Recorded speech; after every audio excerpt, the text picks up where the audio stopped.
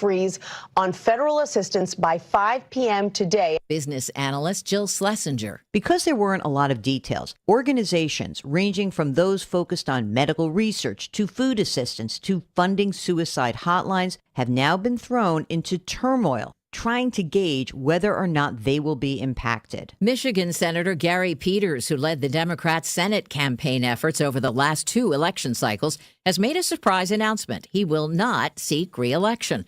After losing the presidential race, it forces Democrats to defend a critical seat in the GOP-controlled Senate without the advantage of an incumbent, one name being bandied about, former Transportation Secretary Pete Buttigieg. CBS's Jim Krasula now with an update on a financial settlement in a disastrous train derailment in eastern Ohio. The village of East Palestine and the Norfolk Southern Railroad have announced a $22 million agreement to settle all of the village's financial claims from a 2023 train derailment near the Ohio-Pennsylvania border. The railroad has already paid the town more than $13 million to clean up toxic soil that resulted from the accident. Tech stock slightly higher a day after China's artificial intelligence startup turned Wall Street upside down, disrupting America's plans for AI dominance. CBS's Kelly O'Grady. DeepSeek is saying that this costs less than $6 million to make. You compare that to $100 million to $1 billion for the comparable U.S. models. And it's also more energy efficient. It used just about 2,000 chips versus tens of thousands. NASDAQ up right now more than 1%. Strong profits and record profit sharing at GM. Here's WWJ's Jeff Gilbert. GM's bottom line was impacted by big costs in China, but profit sharing is based on North American earnings. And Chief Financial Officer Paul Jacobson says that means checks of up to $14,500. When we deliver results like these, everybody wins, including our employees. The S&P now down 2. Think O'Reilly Auto Parts for all your car care needs. Get the parts and service you need fast from the professional parts people at O'Reilly Auto Parts. Something amazing is happening here. Scientists are using AI to study how whales talk to each other. CDW experts can give researchers the power to process complex data with HP workstations, advanced by AMD Ryzen Threadripper Pro processors. With easier handling of AI workloads, your organization can bring powerful insights to the surface. Make amazing happen. HP, AMD, and CDW. Learn more at cdw.com/HPAMD. We could all use more time. Amazon Business offers smart business buying solutions so you can spend more time growing your business and less time doing the admin. I can see why they call it smart. Learn more at amazonbusiness.com. Check engine light on? Take the guesswork out of your check engine light with O'Reilly Veriscan. It's free. Ask for O'Reilly Veriscan today. O'Reilly Auto Parts. Now, more than ever, start your mornings with WGNS. The Action Line with Bart Walker. Weekday mornings at 8:10 on WGNS, AM, FM, online. We're the Good Neighbor Network. FM 101.9 and AM 1450 Murfreesboro. FM 100.5 Smyrna. Audio and video streaming at wgnsradio.com. This is the Roundtable. A look at the news, views, politics, and people that are shaping Rutherford County. And good morning, everybody. Welcome to your Tuesday morning edition of the Roundtable Show. Good morning. I'm waking up here, Wayne. I understand, brother. So, Me how too. are you, buddy? I'm good. Just inched in to Murfreesboro down 24. There, I thought they paved at night, but I guess had to pave during the day. Well, it got down to like 20 degrees, and I thought the temperatures had to be above 50 for the plants to even open. So they must be doing. I hope it lasts more than 2 years. They were out in force, and they've made some significant strides on 24 because different places are rough as a cob. I agree. So, but happy. Well, we know who's in the Super Bowl, and for me, it's going to be a real yawner because I am so tired of seeing Kansas City there.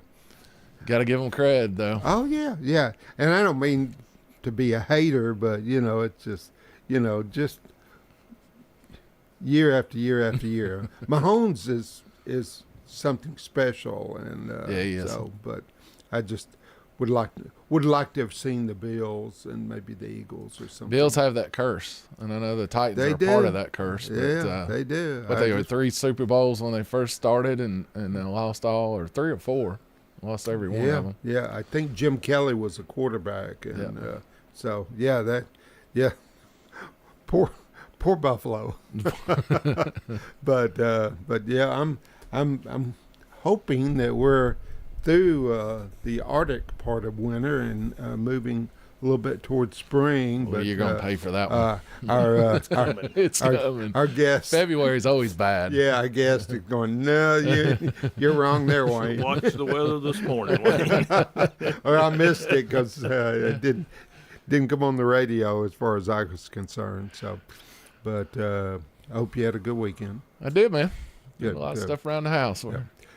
Really excited about our program today, Rick. A great friend of both you and me, and community leader, and has done so much for our community. And our guest this morning, Mr. Brian Hercules. And it's been a minute since we've seen you, and it's great to see you. It's good to be back. Appreciate the opportunity to come in and visit with you guys this morning. With your new situation, we thought it'd be fun. The times that you've been on before with Mayor Reed, we talked more about the town and maybe not so much about you. I would like to give you my condolences again for the loss of your mom, and I appreciate that. And I know that was tough, but we're pleased to have you this morning, hoping that you'll kind of bring the public up to snuff on what you're doing these days. I'd be glad to. Yeah, it's Rick and I were talking out in the lobby.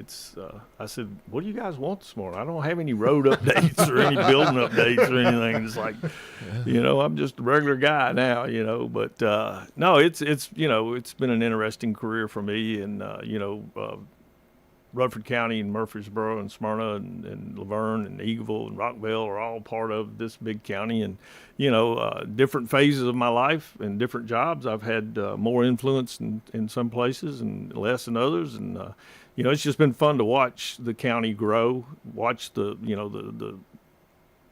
I don't want to say problems, but the opportunities that's happened in our community. And, I can remember when MTSU was, 2 roads and 4 or 5 buildings, and you look over there today and see what's going on. And my history is back with Atmos Energy. Prior to that, with United Cities Gas Company, I kind of lived through those glory years in the gas industry of the growth. And everybody talks about the growth today, but I can remember being a sales rep with United Cities Gas Company when Nissan came in, and we were a little utility here in town serving, 3,000 or 4,000 people, and we were adding 100 new customers a year. And the first year that Nissan was announced, all at once we had 1,200 to 1,300 new customers that year. And, so you see all these growth spurts that the community's had, and then you see how we've responded to those. And I know there's issues out there. We still got infrastructure things we need to do and that kind of stuff as a whole, but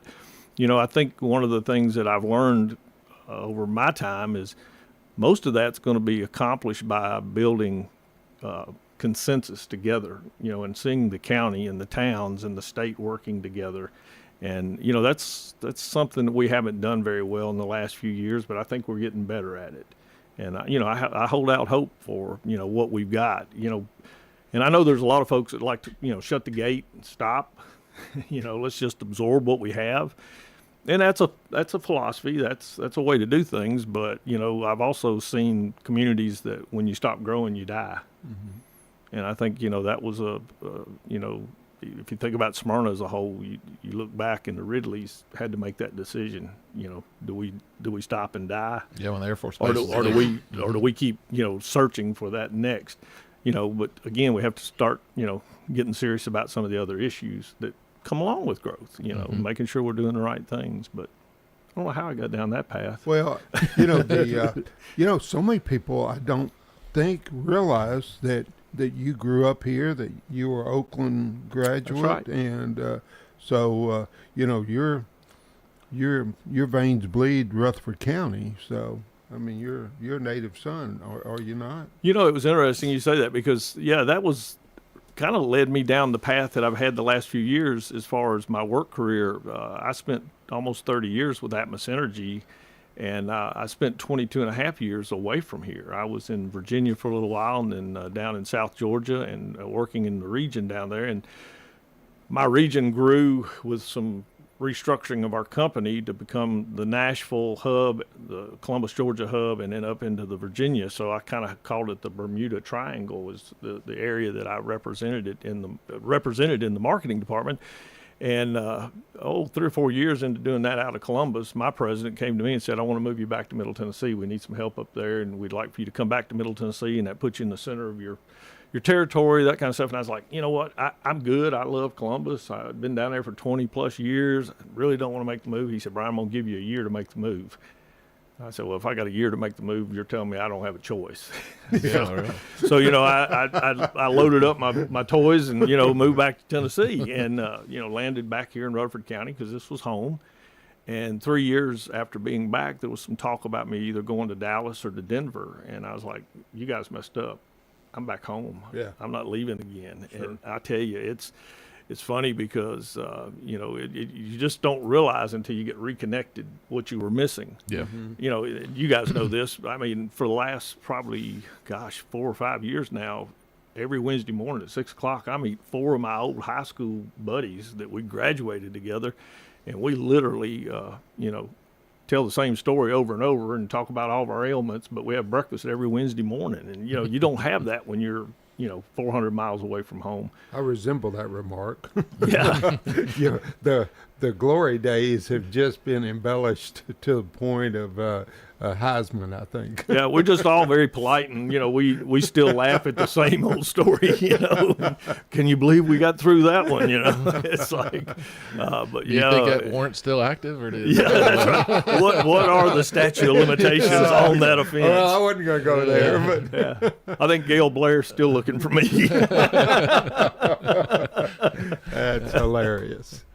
But when you went away like that, that gives you a lot of perspective on what you brought up earlier in the show, is that, we were almost in a position with our growth that we have the pains of it and the complaints of it that go along with it. But there's certain parts of the country would change places with us in 2 minutes because of it. Would swap in a heartbeat. Yeah. Swap in a heartbeat. And I, as I progressed through coming back home and seeing kind of where Rutherford County was and what was happening, and again, it's I guess when I went over to the Chamber of Commerce a few years ago, when Paul Latour asked me to come in and do some economic development work, which was a great job and really enjoyed it. And it was fun to watch what was looking at our community and listening to what people wanted in the community versus what was coming. And people don't realize a community, a city, a county, it's just like a lifespan. It's, you got communities out there that are in infant stage of growing, and then you've got some that have matured to this level. And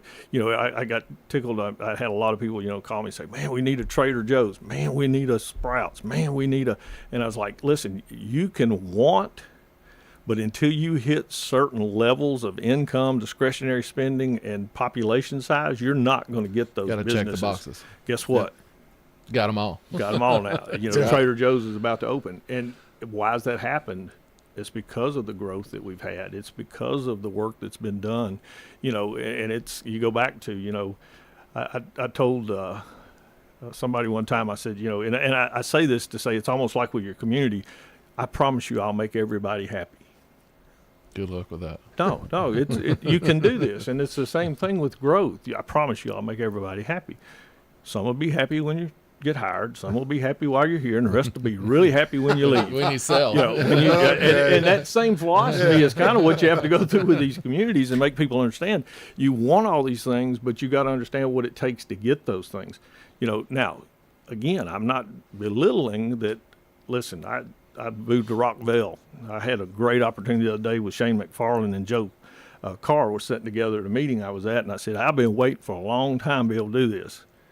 I said, I don't have any political background today. and y'all need to fix that road Oh, coming yeah. through Rockville, Yeah. at the school. Yeah. And somewhat tongue-in-cheek, but at the end of the day. But again, it goes back to that collaboration. We call a lot of heat about Amelville Road and the Amelville Road intersection, and there's nobody on the face of this earth that goes out there at rush hour wouldn't say the same thing. It needs to be fixed. Right. But it's not the decision of the local politicians in Smyrna to get that done. I mean, they can call on their legislative body. They can go down and visit with TDOT and stuff, but TDOT's going to make that decision. I'll never forget, when TDOT called us and said Sam Ridley Parkway interchange and Amelville Road interchange were not going to be done the way we thought. They were already scheduled, all this kind of stuff. And what do you mean? Why is that not going to happen? Well, we're not going to do anything from 840 into Nashville on any interchange until the choice lanes are done. Well, I actually had the TDOT folks come down and present that to our council on television so the community would hear that. There's certain things you've got control over, certain things you don't. It goes back to that collaboration. It has to be the county, the cities, the state, everybody working together in concert to make those things happen. It's just part of it.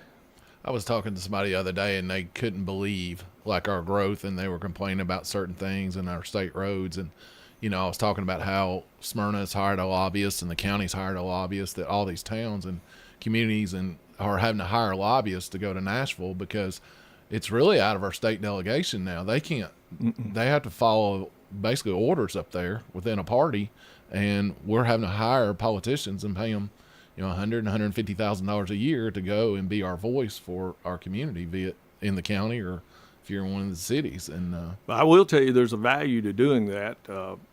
Jefferson Pike, which was something that had been probably 25 years in the making, and the town of Smyrna has a lobbyist, and we used that lobbyist. Right. And I have to give credit to Mike Sparks.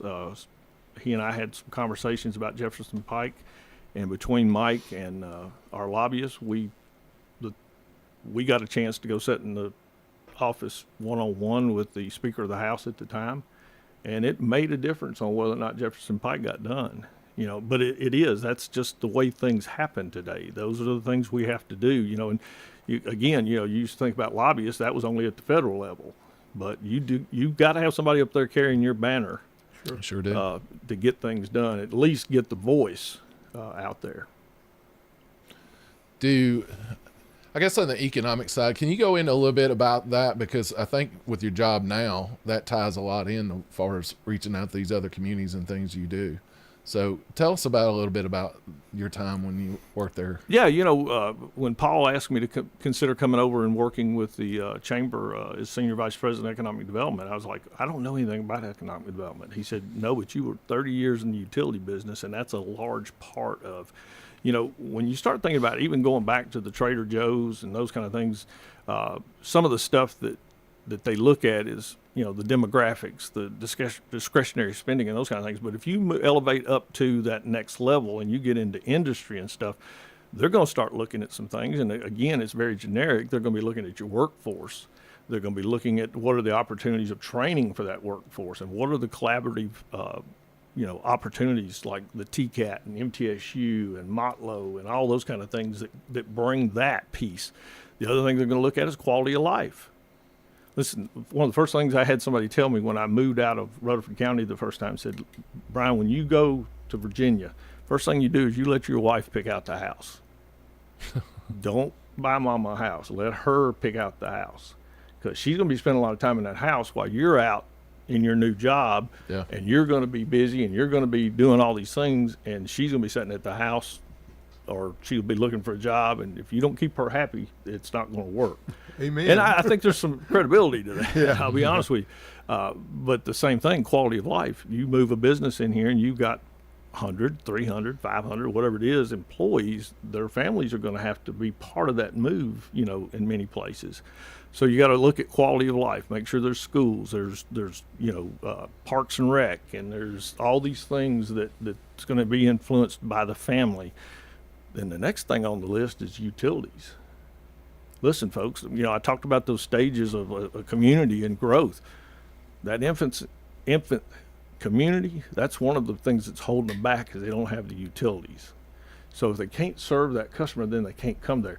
Great example of that is, you know, I'll never forget when I first moved back, and it's been, 19 years now. 840 had just been finished, and it was really then only from Franklin to Lebanon. Mm-hmm. And you'd get out there, and guess what? You could take a nap in 840 and not get run over. That's true. You know, Not now. not now. No, not now. What's changed? What's really changed? What's changed is the road's been expanded a little bit more. You know, you can get 65 all the way around now and those kind of things. But the biggest change is, guess what? Utilities. All the utilities hit those intersections. All those utilities brought growth. Yeah. And that's part of it. That's right. I've heard it mentioned more than once that, like Atlanta, Nashville is expanding out to 840, and everything inside that circle, like Marietta and Smyrna, Georgia, they just become absorbed. I can remember as a young man driving to Atlanta, and you went through Marietta, and you knew you were in Marietta.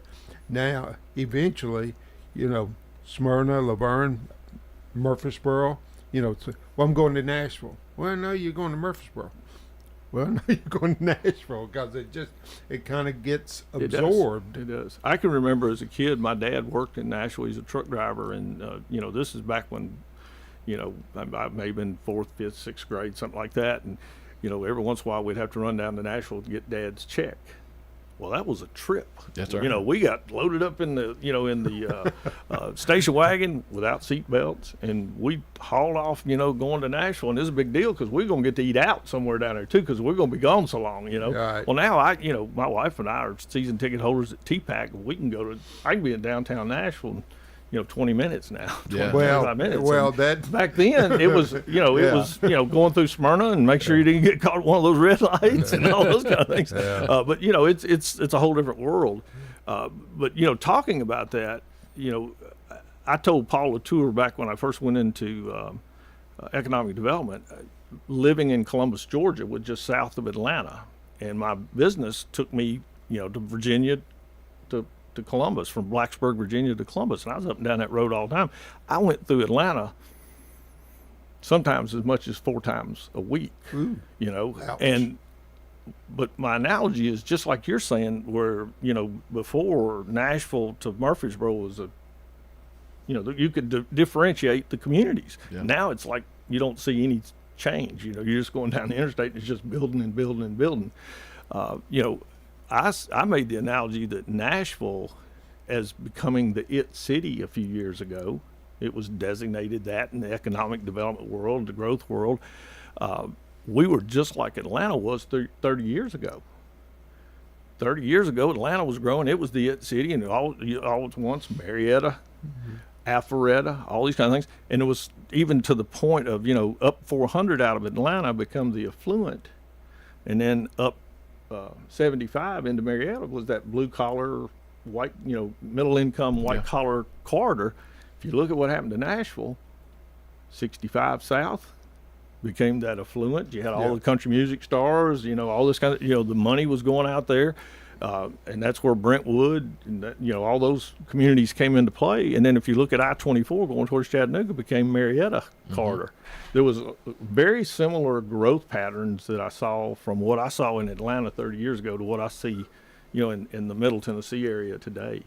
You know, I see in the planning, if you go over in the Hendersonville area and around Old Hickory Lake and the lakefront houses, we stayed with the RV. We went for a weekend and stayed up there on the lake and all the houses surrounding it and everything else. What a difference the landscape would look like today in Smyrna if we had that same opportunity, if the Coordinate took that 500-foot buffer, and what would Smyrna look like today? Oh, yeah.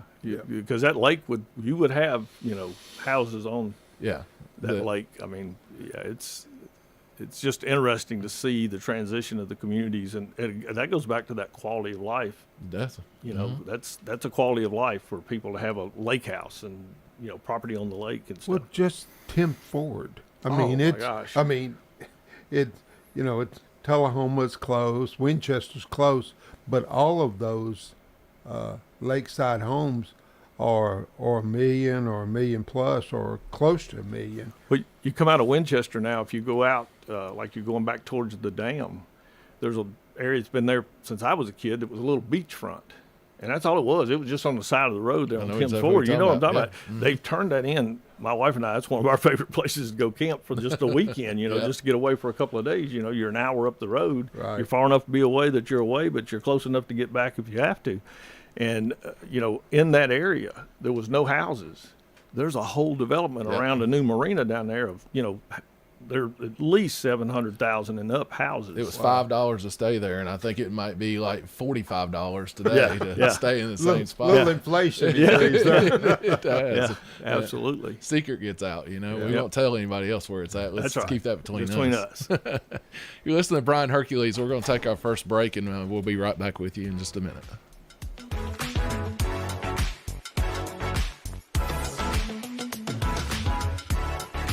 Broadcasting from the Middle Tennessee Electric Studios, MTE has provided light, comfort, and connection to our community since 1936. As your trusted energy advisor, MTE is always here to help. Connect online or download the My MTE app. First Shot, growing in Christ with life and athletic skills. So we teach God's Word at everything we do to implant it in them so that they understand that the only way to get through the world is with God on their side. First Shot founder and executive director Andy Herzer. Our focus is on our inner city here at Patterson Park. From academics to athletics, First Shot's focus is toward building a stronger, more courageous spirit to face opportunities and obstacles that our youth confront every day. To find out more about First Shot, go to firstshottn.org. Insurance should be simple, not complicated. That's why at Rayburn Insurance, Agent Rick Hull cuts through the jargon and helps you understand your options clearly. He's committed to finding the right coverage that fits your unique needs and budget. Their team has been a trusted partner in the community since 1973. Ready to make insurance easy? Get with Rick Hall at Rayburn Insurance Agency. He's ready to help you get the protection you deserve. Hi, this is Taylor at Bell Jewelers. Bell Jewelers is having their Black Friday week special through November 30th. Select items are marked down, but the biggest special we have going on is that you get a free gift with purchase if you spend $2.99 or more. So come visit us at Bell Jewelers. Bell Jewelers is having their Black Friday week special through November 30th. Bell Jewelers, 821 Northwest Broad Street, across from Toots. This is Kim Dunaway from Sunshine Nutrition Center. You hear me on Monday mornings at 7:20 talking about how to lead a healthier lifestyle. We carry supplements, personal care, and grocery items at both our Murfreesboro and Smyrna locations, family owned and operated since 1989. This is Good Neighbor Events with Bart Walker. Brought to you by AmeriCare Pest Control and the law offices of John Day. This is a paid legal ad. Hi, this is John Day of the Law Offices of John Day. I've lived and worked as a lawyer in Middle Tennessee for over 30 years, and to me, every single day has been an honor. That's why our firm is so involved with community programs like bicycle helmet giveaways and our Safe Ride Home program. At the Law Offices of John Day, we're not just looking to make donations. We want to make a difference in the community we hold so dear. And if you're ever injured, know that we are here for you too. Now, WGNS Good Neighbor Events. Did you just move to town? Would you like to learn more about our local history? Well, the Rutherford County Historical Society will be over at the one-room Ransom Schoolhouse this Saturday morning. It's a come-and-go affair, so come in and learn about local history. Also enjoy some donuts and coffee. It's all free. 9 until noon this Saturday at the one-room Ransom Schoolhouse, 717 North Academy Street, right here in Murfreesboro. You've heard us talking about the different programs at the Greenhouse Ministries. They need volunteers to make them work. And there's a volunteer orientation at Greenhouse every Thursday morning at 10. And the Linebaugh Public Library is partnering with Autism Tennessee. Be at the Linebaugh Library at 10 o'clock this Saturday morning. Once again, that's over at the Linebaugh Library at 10 o'clock this coming Saturday. Did you know there's a grief support group here in town that's absolutely free? It meets every Wednesday morning at 10 at the St. Clair Street Senior Center. That's 10 o'clock Wednesday mornings. Those are WGNS Good Neighbor events. Rutherford weather. We'll see sunny skies here for this afternoon with a high in the mid-50s. Then for tonight, mostly clear, low near 35. Wednesday, sunshine high around 59 degrees. I'm meteorologist Jennifer Wojcicki on News Radio WGNS. Currently, it's 39. This is the Roundtable from News Radio WGNS on FM 101.9 and AM 1450 Murfreesboro, FM 100.5 Smyrna. Listen and watch at wgnsradio.com. And good morning and welcome back to the second segment of Tuesday Mornings with Rick and Wayne. And it's our pleasure to have a great friend, Brian Hercules, with us this morning, who's had just an interesting career or careers in life. Oakland graduate and somebody Rick and I have great admiration for.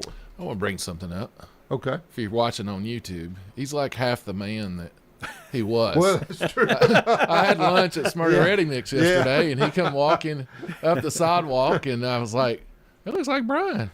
That is Brian. And who's that thin man? So, tell us about the change here, buddy. Well, a couple of years ago, after COVID and that kind of stuff, I just, the stress of COVID situation and trying to deal with that stuff and everything, I kind of let myself go. And I think it's easy to do, but when you get my age, it's not as hard to get the pounds off when you put them on. And I will tell you, I'm not afraid to admit, I teetered those scales well over 300 pounds there for a little while. And I was like, and I told my wife one day, I said, nobody's responsible for this but me, and I've got to fix this. And I said, it's not going to be me and you making a pact to go walk every night and stuff. I said, because that doesn't work. I mean, this is on me. So I got very serious about, but I'm not a weightlifter, and, I'm not a diet guy, because, listen, if I want something, I'm going to eat it.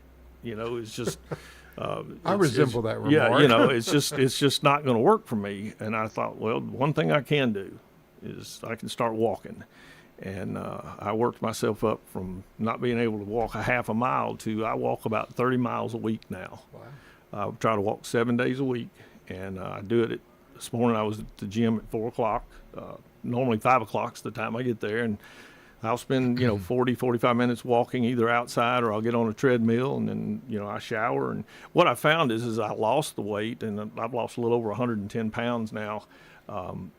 Not losing as much, but still maintaining there. And I found that my appetite reduced, and then my eating habits changed. So I never went on a diet. I just tried to control, and I began to have that philosophy in my head that okay, if you want that piece of pie, you're gonna have to walk about 4 miles down the road to get it. Yeah. And it helped me. My wife and I, now we get tickled. She'll bake something, or she'll, fix some sweets there at the house, because my wife loves the sweets, and that's the reason she loves me. Not really, but, I'll eat half a cookie, or, I'll eat, I try to stay away from that stuff. I don't go back for seconds at mealtime anymore, and those kind of things. It's just, but it was a natural progression to get there. But it's taken a couple of years to get to where I'm at, and it's truly what they say is it's got to be a life change. It's just a lifestyle change.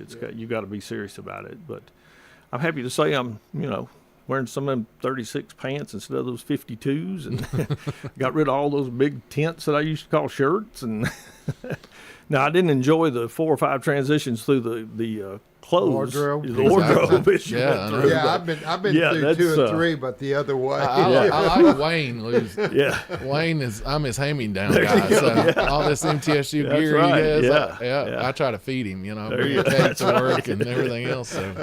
Well, thank you. It's been an experience. It's been good for me. It's got to feel good. I mean, I retired in 2017 from the police department, and I weighed like 220, and I weighed this morning, I weighed 234, and it's 15 pounds, but what a difference, you know. And I know I'm older. I'm 9 years older than what I was when I left, but still at the same time, I just like knowing that you're 33 pounds heavier than I am. Well, I'm gonna catch you. That's my whole point. We ain't going there. My wife surprised me. I've got we lost my dog, Rocky, that we had. We lost him in October the 4th, and I've got a new one that at the house now. We now have Jet that's come to the house, and he is a bundle of joy and just wild as a thing. Such a cute puppy. You like Ellie Mae? What kind of dog is he? Yeah. I got we already have.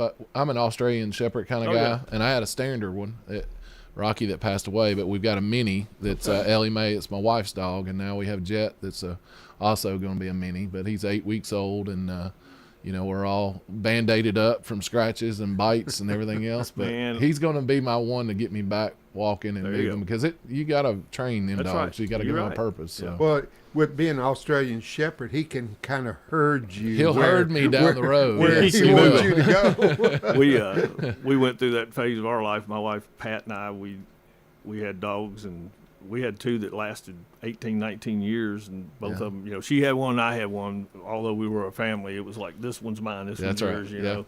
And we lost them both a couple of years ago, or about a year and a half ago, and we said no more. Yeah, I mean, we just can't take it. The heartbreak.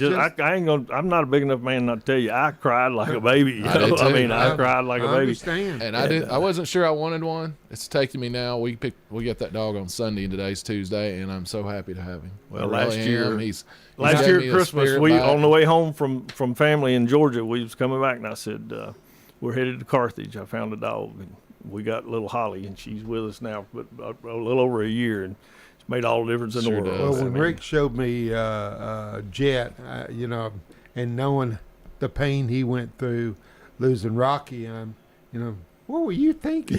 Yeah. Or what are you thinking? Yeah, absolutely. But, absolutely. Hey, they're part of the family. They are amazing. They are part of the family. Yeah, they just give you love. Yep. Well, I look forward to catching them. I'm a fudge pop guy. I don't know how I'm going to do without not having them. And they don't make them any smaller than what they are. No. And they sell them by the box. You can't buy one. You got to buy like 24, you know. My daughter, that's what she got me for my birthday, was fudge pops. She knew exactly what to get Dad. You know, I was super happy Since about we're talking about ice cream, I have two grandchildren. The Nutty Buddy ice cream cones that's still my favorite. Oh, yeah. Yes, it is. See, ice cream, now my wife, Pat, the love of my life, that woman can eat ice cream with the best of them. We lived in Columbus, Georgia. She would go by the ice cream shop, Brewster's, on the way back to work every day. She went there so much, they sent her a Christmas card and a birthday card. Wow. I'm glad I don't live any closer to Andy's than I do, because they are amazing. Yeah. I like the salty snacks. I'm big on pretzels and chips, and man, we had to push those back away from me. I'm done with those. No doubt. You brought up earlier about Rockville, and you living out that way now, and the roadway out there. You're right. That is a common complaint, and it's took like 2.5 years now to get the first part of 99. And you were talking about it off air, but bring it up again. Where's that next section? Where are they going? What I understand is the next section will go from Cason Lane to Veterans is what they're going to do next. And then, you know, that needs to be done. The whole road needs to be done. But if you look at the whole history, go out to Eagleville. You know, they did that section from Eagleville coming in, and there's not a lot of traffic out there. It's growing, but that bottleneck is around those 3 schools, and it goes back to just, you know, not keeping up with the infrastructure with the, you know, the schools and that kind of stuff. You know, and anybody that's been around any kind of development plans and watched the community develop, you build a school and watch them build houses. Yeah. You know. Watch what happens, and now you've got a quad out, or a complex. A complex, and you got all 3 schools right there together, and you know there's houses as you go towards Rockville that's gone in, and now there's a pretty good development that's going right next to the schools, and I'm not against the growth. I think it's part of the natural, you know, part of growing our community, but you got to get that infrastructure in. I wish they would consider that section. What I thought was kind of unique was the city kind of fingering out there to, you know. Well, and you know that goes back to what I've understood over the years of being in economic development stuff, that come from what happened in Chattanooga with when Volkswagen came in. They went out there and took some land and annexed it and those kind of things, and took some farms, and so people got upset about it, and the legislators come back and said, you know, okay, used to a city like Smyrna or Murfreesboro or whoever, they had an urban growth boundary, and you could grow your urban growth boundary just by, you know, annexing that property. Well, you cannot do that anymore. You have to, at first you had to be a contiguous piece of property, and you can either annex by referendum and or if that person agreed to come into your community. You know, if I had a farm out 99 and it was contiguous to the Murfreesboro city limits and I wanted to be annexed, I could request that. Well, they changed it again, and now you can do what it's been called flag annexation or spot annexation, lollipop annexation, where you know go out and get that piece of property where the development's going, and you're going to provide the services, but then you have to take the road with it. Right. You know, so the same thing happened in Smyrna a few years ago. You know, going out Jefferson Pike, there's quite a bit of that property between SRM's building and coming back into town that you're still in the county on the side of the roads, but the road is city limits. You're right. You know, and the problem with that is sometimes it's hard to differentiate who's going to provide the services. You know, I know like SRM's building and some acreage there with SRM that will develop is in the city limits, but some of the other property going back towards the river, the bridge, is still in the county. And I'll see the county fire truck going down the road, and, you know, Smyrna now has a fire department right there on the corner. So it's created some confusion with overlapping of services. I would think trying to get all the way to Rockvale to that subdivision would be problematic for Murfreesboro City. Oh, yeah, you know, and you've got the beautiful new service building there right in front of the schools with fire truck and ambulance. And yeah. So you know, at the end of the day, what you hope happens is that nobody, when the need is there, is going to be concerned about who's supposed to, and if whoever's closest will get there. Reciprocal agreements anyway, don't they? But if Murfreesboro wants that property tax from that subdivision, then, you know, they ought to be the first responder there. That is typically the understanding, is if it's in your jurisdiction, you should be the first responder. But again, you hope that if something were to happen and it's a fire, it's going to take a little longer to get from, I guess the closest one would be on Veterans for Murfreesboro Fire. And like I said, you got a station right there in front of the school. So, you know, hopefully everybody works that out. They've gotten so good with the 911 things now, because, you know, I can throw a rock and hit Smyrna city limits, but if I call 911, it calls Rutherford County Dispatch. Yep. So it's amazing, because, you know, I back up to the river over there in Smyrna, and we are in the county, but there's a development right in front of my house. So, but they know the difference. Yep. Unfortunately, when we call, because I'd rather have Smyrna because it's less than a mile from my place, and I'm looking for Anvil Road to come all the way across town to get to me. But I may call the non-emergency line if something bad does happen. But we hope one of your neighbors sees it and they call. And exactly right. You know, yes, those sir. kind of things. So they got playing Rutherford, and I think that's a part of it. And, you know, if you look at that Rockvale out there with that neighborhood going in just past the high school, and I think a part of that is to not have these smaller 8,000 and 10,000 square foot lots in the county. It would be basically more for the municipalities that can provide more services, more water flow and everything else, sewer, to be able to take care of them. Water's normally not a big issue. It's the sewer. Yeah, you know, you're right. And, you know, I would tell you the property I'm on, a good friend of mine, he bought 7 acres with 2 houses on it, and just splitting it. I took one of the houses in 2 acres, and he took the other house in 5 acres, and we're going to be neighbors. But it was a chore to get it through planning and get it, you know, because of the septic systems and all that kind of stuff. But, you know, and I know those things are important, but, you know, somewhere down the line, there's got to be some common sense in development. And I know the mayor and I, when I was working for the town of Smyrna, we had many conversations, and I believe it's still true today, is, you know, it's a faction of planning, and you've got to use some common sense in your planning. You know, there's places for apartments, there's places for condominiums, there's places for the smaller lots when you begin to get into the affordable housing conversation and stuff. But, you know, there are places that it needs to be at least a 1 acre lot, or, you know, even a tract of land kind of thing. And that's where the planners and the community and the realtors and the builders and everybody's got to come together and understand. I heard a number the other day, and I think this plan, Rutherford, they actually presented it to the planning commission at the county yesterday. They did. And, there's some conversation that even though, people want Rutherford County to slow down a little bit, there's a good chance over the next 10 years there's going to be 35,000, a demand for up to 35,000 new homes in our communities. We got to figure out where to put those, and we need to plan for those. We don't need to just let them happen. That's right. Sure.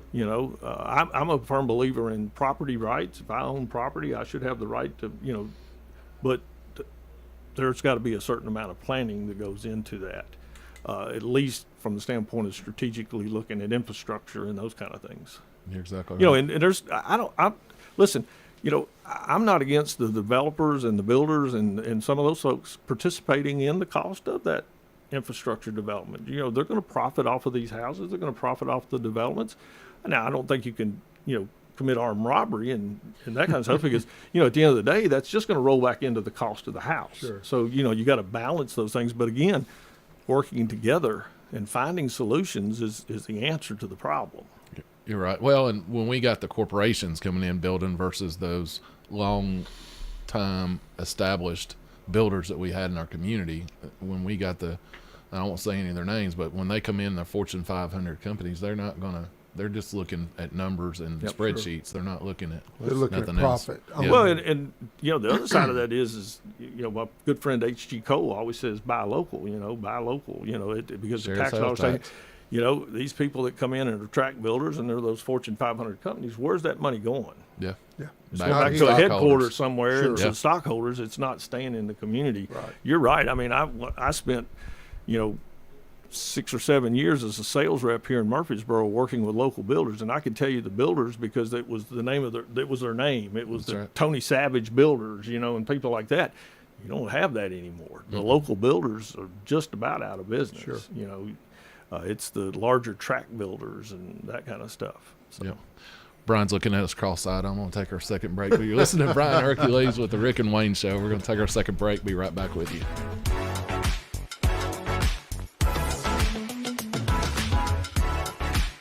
As a leader in environmental services, sustainability is deeply integrated into our business model. At Middle Point Landfill, we are environmentalists at heart. This is Mike Klassen with Middle Point Landfill. We use cutting-edge technology in combination with our deep experience in recycling and waste services to protect our environment and our neighbors. That's our job, and that's our promise. We invite you to learn more about us at middlepointlandfill.com.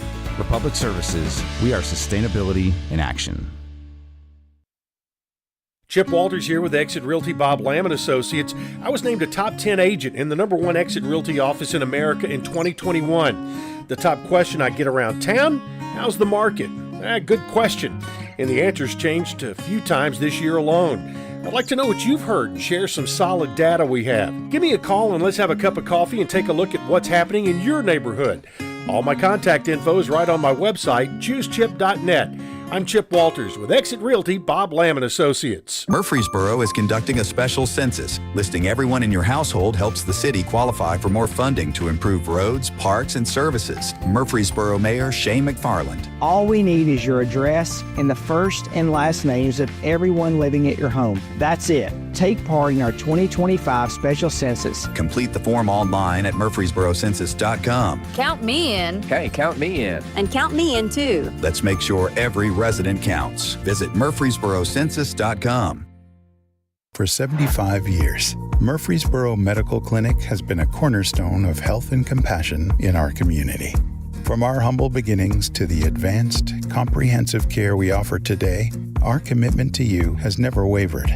With 8 locations across Murfreesboro and Middle Tennessee and over 100 physicians, we continue to provide the highest standard of care. Then, now, and always, your health is our mission. This is the Roundtable from News Radio WGNS on FM 101.9 and AM 1450 Murfreesboro, FM 100.5 Smyrna. Listen and watch at wgnsradio.com. And good morning and welcome back to the third and final segment of Tuesday Mornings with Rick and Wayne. and we've had a great time and kind of yucked it up a little bit with our good friend Brian Hercules, and we thank you for being with us. And this has really been a lot of fun. Boy, I looked at my watch and I thought, darn, time has just flown by. It really has. What happens when you're with your friends? With your buds. You just hang out and, Amen. You're literally, as far as I'm concerned, living out in God's country with Rockvale and Eagleville, just a special area of Rutherford County. I can see stars at night when I walk out on the deck, and I don't hear a lot of noise from the interstate or anything like that. You probably see a bobcat from time to time. Seen a few wildlife out there. Unfortunately, I got this skunk that keeps hanging around the house, so we're going to have to. Part of it. Yeah. Problematic. I got one under my chicken coop, and I don't know what I'm going to do about that one. My neighbor and I, we got chickens yet? No chickens, but we got a bounty out on that skunk. These $20 a dozen egg prices we got right now. Chickens are. I keep seeing these things on Facebook. 2 more payments and this dozen of eggs is mine. Yeah, I know. And problem is, like around now, chickens aren't producing as much. When it gets cold like that, they kind of shut down a little bit. But I'm gonna have to force in some heaters and get them producing. I can make some money right now. So.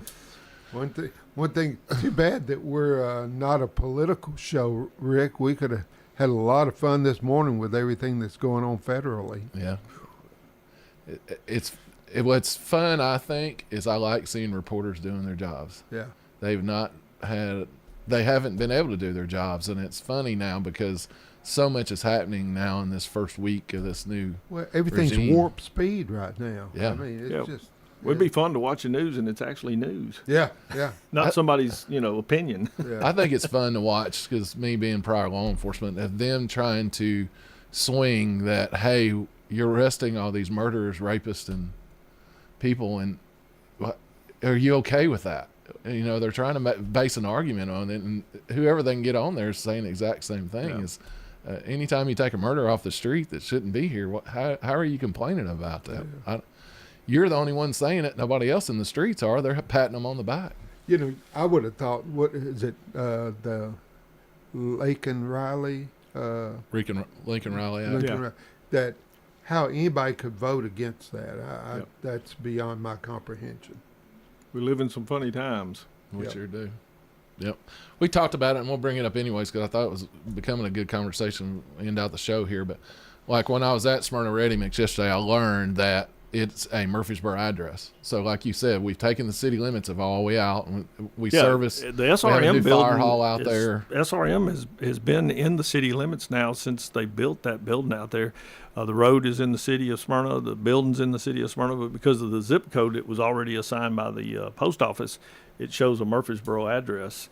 I know Mike Hollingshead would love for it to say on his letterhead Smyrna, Tennessee with Smyrna Ready Mix. Sure. He's very proud to be part of the Smyrna community, and that's, as we all know, that's where he got his start. May have to use a P.O. box. That's right, yeah, at some point. Well, I don't know. I wish I did. That's a good question. Is technically what does it take to change that? Because it's the urban growth boundaries, although they're not followed the way we used to as far as annexation, they're still out there. There are areas that are in urban growth boundaries for all the communities, and it's just a matter of time, as people come in and request to be annexed and stuff. But yeah, that's a good question. That may be something we need to do a little homework on. I text Trump. We'll see if he gets back to me on that. There you go. Well, I knew you had his number. I think he's probably just a tad busy right now. Sure is. Yeah.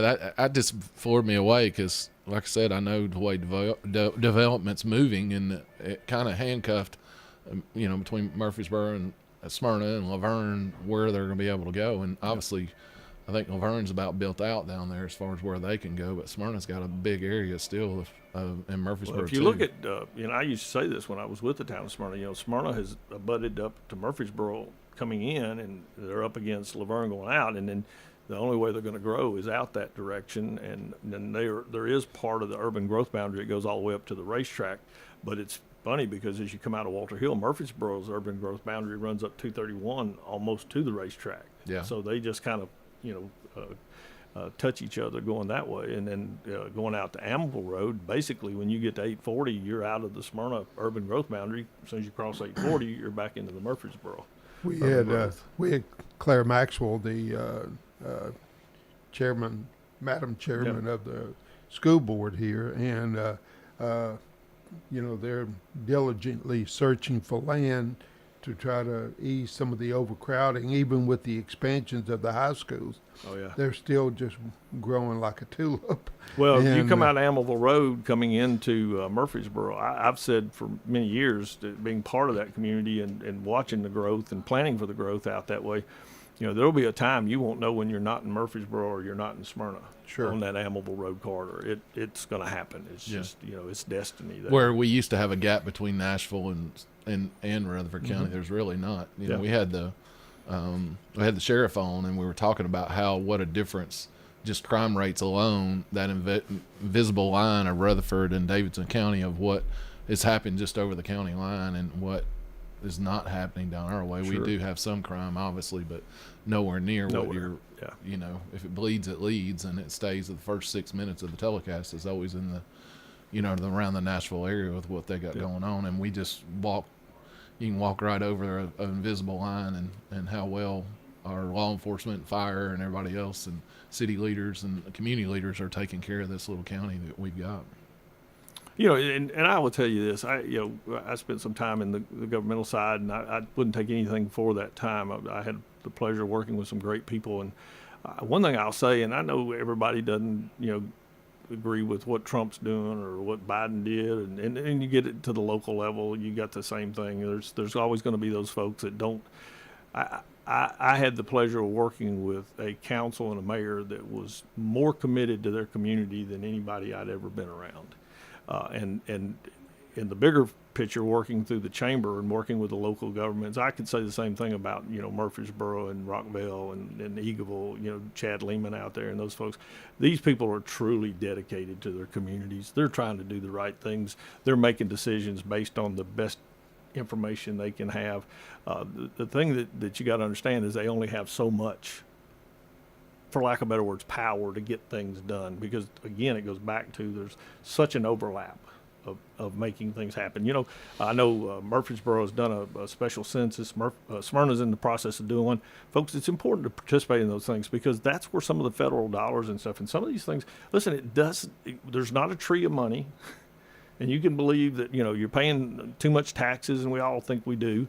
At the end of the day, it takes money to make some of these things happen, and you've got to support those. Smyrna, the tax rate in Smyrna was less today. It is less today than it was, 20 years ago. Water doesn't treat itself, does it? That's right, it doesn't. And if you've never been to the Headwalls sewer plant, you ought to make that trip. Well, with Wayne and I in insurance, you wouldn't believe the number of people that are coming in from out of state and paying state income tax and this tax and that tax. One lady was kind of really flabbergasted that she didn't have to have her car inspected. She didn't have to pay a special tax. And she came from Florida, and she was, moving her car here. And they said, no, just go down there and show and get a new tag. I lived in Georgia for 21, almost 22 years before I came back up here. And, when I came up here, that was a promotion, and I got a little raise from the company, as everybody does. I got more of a raise from not having to pay taxes in Georgia than I did in my paycheck. Exactly. Well, I had this is honest truth. You're talking about cars. I had a motorcycle and a car, and it cost me $1,200 a year just for the privilege to buy my tags. I had to pay an ad valorem tax, which is a tax on that, that car or that truck or that motorcycle every year. And I never understood that. Same in Mississippi. Yeah. You pay your tag is based on the value of your vehicle. Every year. Crazy. You pay taxes every year on it. Yeah. You're exactly right. Well, they're going to get more creative with around here because of what the inflation's doing to costs and things out, and what we're losing money. But thanks for being with us. God bless thank you. you for You're inviting such me, a- man. such a I've had a friend. great time. You guys do a great job. I've always listened to the show and appreciate what you guys do back for our community. Maybe we can grab lunch sometime. Absolutely. Come on. Was it Wednesday mornings you're buying lunch? Is that We had what I heard? breakfast on Wednesday. Breakfast on Wednesday. Let me interject a couple of little things. One, this is the guy that we went to when the Roundtable idea was first kind of batted around, and we wanted to do a show at least once a week kind of focused on Smyrna. and the name Wayne Blair came up, and then Wayne said, well, I'll do it with Rick Hall, and so that's kind of how that started. And the other thing is today at noon, they're doing a ribbon cutting of the new Smyrna High School edition today. Yes, so cool. want to make sure folks know about that. Thanks. I did not know that. Yeah. Well, thank you, Brian, for thinking about us. Thank you, guys. Or I don't know if that's a thank you or not, Wayne. Are you good with what Yeah. we're doing? You know, and the next time you guys can't get anybody to come to your show, call me again. I will. Everybody, hope you have a great week, and we'll talk to you again next week as usual.